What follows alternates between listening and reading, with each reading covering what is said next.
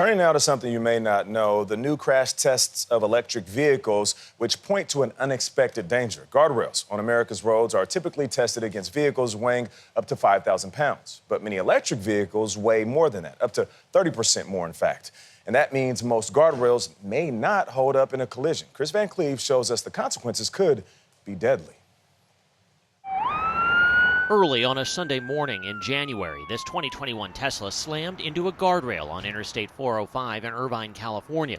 The vehicle appears to have careened off the roadway and broken through the barrier, leaving behind mangled metal and killing the driver.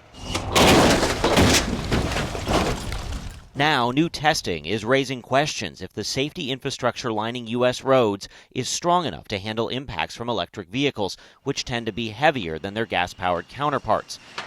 Tests showing EVs tearing through the guardrail, or here essentially lifting a similar barrier and passing below it.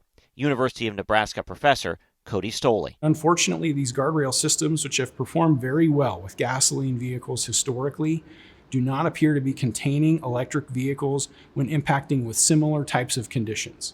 In July, Stoley's team rammed this 7,000-pound electric pickup into concrete barriers commonly used as freeway medians at 62 miles an hour.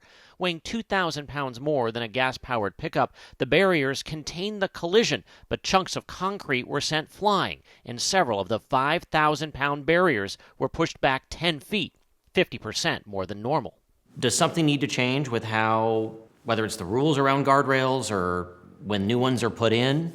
There has to be an awareness, so we're trying to create awareness for that so that there can be more research done, and not just on guardrails, but also on barriers. Nebraska Senator Deb Fischer. When you went into this testing, did you expect to see what you saw? It was eye-opening. There was a lot of damage, and again, if there would have been vehicles on the other side of that barrier, we would have seen a severe accident.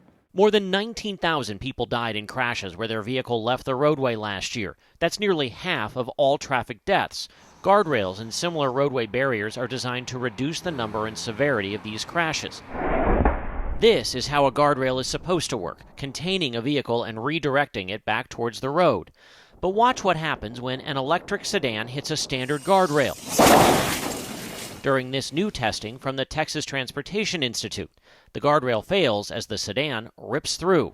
The Insurance Institute for Highway Safety says it is concerned about EV's additional weight resulting in more severe crashes.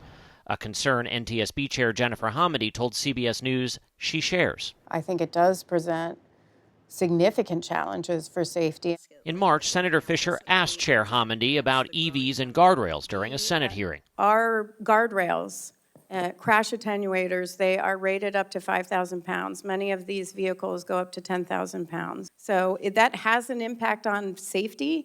The EPA estimates half of all new car sales could be EVs by 2032.